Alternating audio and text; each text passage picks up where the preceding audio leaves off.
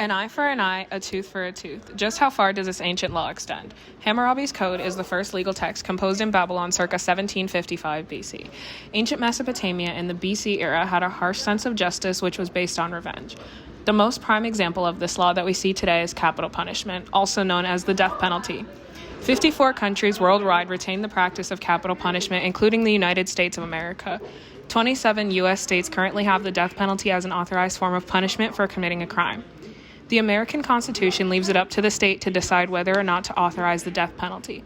The primary means of execution is by lethal injection. Some states also use means such as electrocution, lethal gases, nitrogen hypoxia, hanging, and firing squads. The use of execution as a means to punish criminals has been considered controversial for over a century. The practice is seen by abolitionists as unconstitutional, as it goes against the Eighth Amendment right of not inflicting cruel and unusual punishments.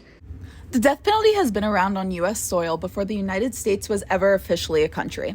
All the way back in 1608, colonial Jamestown in Virginia, the British were executing people while trying to colonize new land. The first known execution was of a man named Captain George Kendall, who was shot for being accused of being a spy for Spain. Back when America wasn't even a place yet, the death penalty could be granted for things as small as stealing food or trading with Indians. Other reasons included denying the existence of a true God, as well as hitting one's parents. At this time, it was normal for people to be killed by burning alive or being crushed to death. As the British colonized the new land that eventually led them to being independent from Britain to become the United States, some people started to think morally about the government killing another human being. In 1767, a man by the name Cesare Beccaria wrote an essay called On Crimes and Punishment, which was all about how the government didn't have the right to personally intervene and take a citizen's life. Beccaria released this essay in Italy, but founding fathers like Thomas Jefferson and John Adams quoted his writing when advocating for no more capital punishment in their new country, proving that capital punishment has been a topic of controversy dating all the way back to before 1767 and spans across the globe. This essay started the conversation about what methods of execution were morally correct compared to the cruel ways they had in the colonial times. As time moves on and America starts to grow in population, public executions are no longer a realistic option. Before 1834, all executions were done in public settings, and it was a form of entertainment with food and drinks as well as music.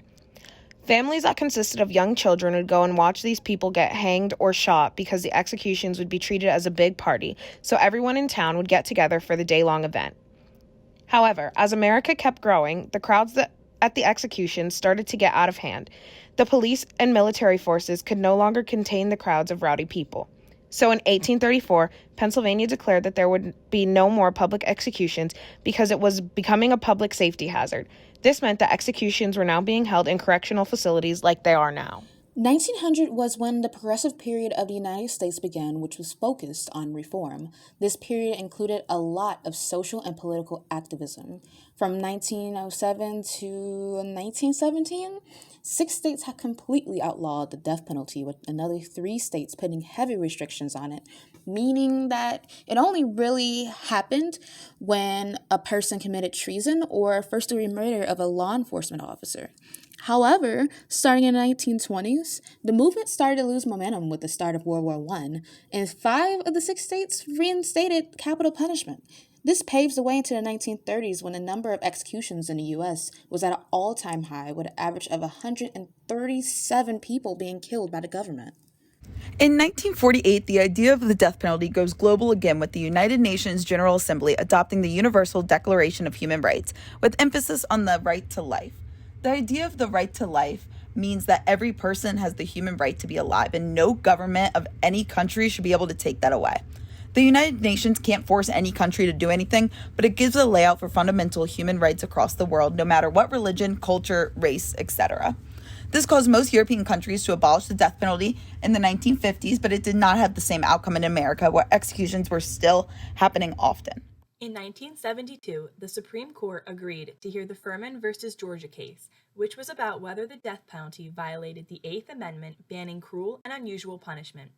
The court ended up saying that it did violate the Eighth Amendment when being used to discriminate against minorities, since minorities and people in poverty were more likely to get the death penalty for the same crime that a white man committed. the death penalty was put on hold so that the states could revise their laws about capital punishment to make sure it was not discriminatory. In 1976, the Supreme Court heard the Gregg versus Georgia case, which resonates the death penalty just 4 years after they put it on pause. A man had been found guilty of armed robbery and first-degree murder, so the state of Georgia gave him the death penalty. He filed a case saying that it was against the Constitution to kill him. The court did not agree with Gregg and said that the state was allowed to do so if they had a jury deliberate, not a single judge handing out death sentences. Now, all the way from 2000 to 2021, the death penalty was still a hot topic of debate. As of 2021, 22 states have decided to do away with the death penalty completely. All of these are, of course, northern states other than one southern state, Virginia. Some think that the death penalty is more of a race issue than trying to punish someone for a crime, and there's more of a bias when it comes to white people being executed than people of color.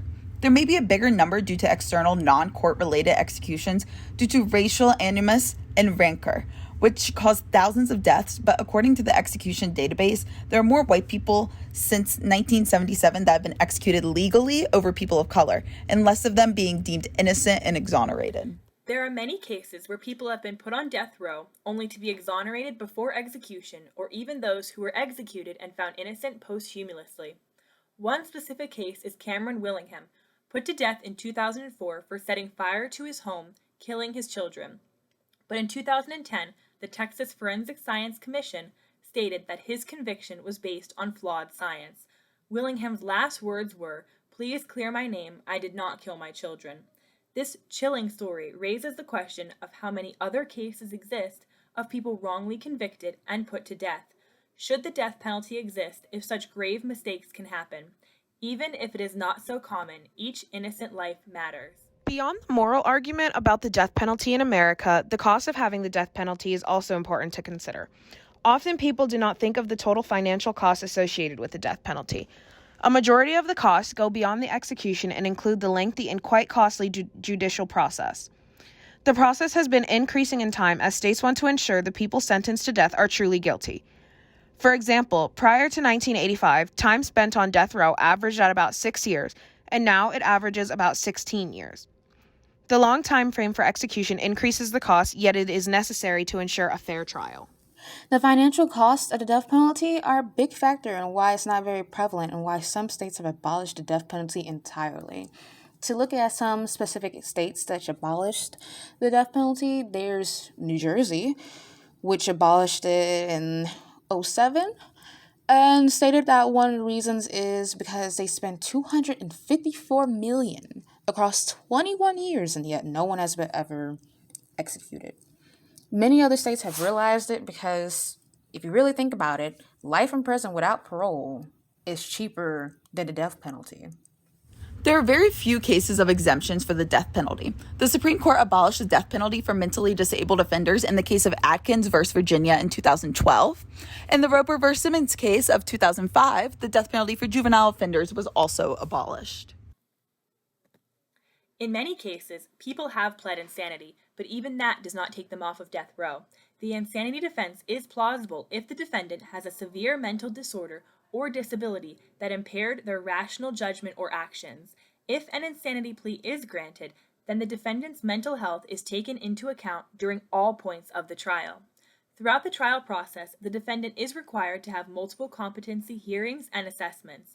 Sanity can fluctuate, which is why it is so important to have continuous mental health screenings for defendants on death execution. There are multiple people in the United States that are currently sitting on death row that have been proven to be mentally insane.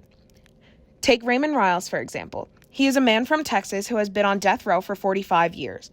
Every time his execution date comes around, he is proven to be mentally incompetent and unable to understand why he is being punished. However, instead of taking him off of death row, he remains there. Number 5 on the list of countries with a death penalty.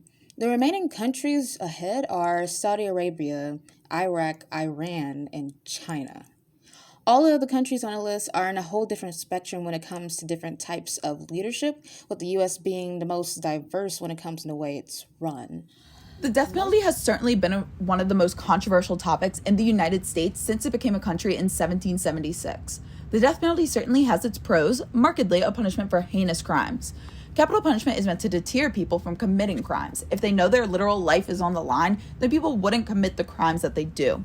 Although the Supreme Court has upheld the death penalty as constitutional, many still argue that the practice of execution is a cruel and unusual punishment. The issue also lies in the fact that innocent people, who are disproportionately people of color, are wrongfully punished and not proven innocent until after the execution, sometimes up to years after. This leaves us in a gray area. There is no black and white to the people's views on capital punishment. There needs to be a common ground on the state of executions. Where does the punishment end and where does the justice begin?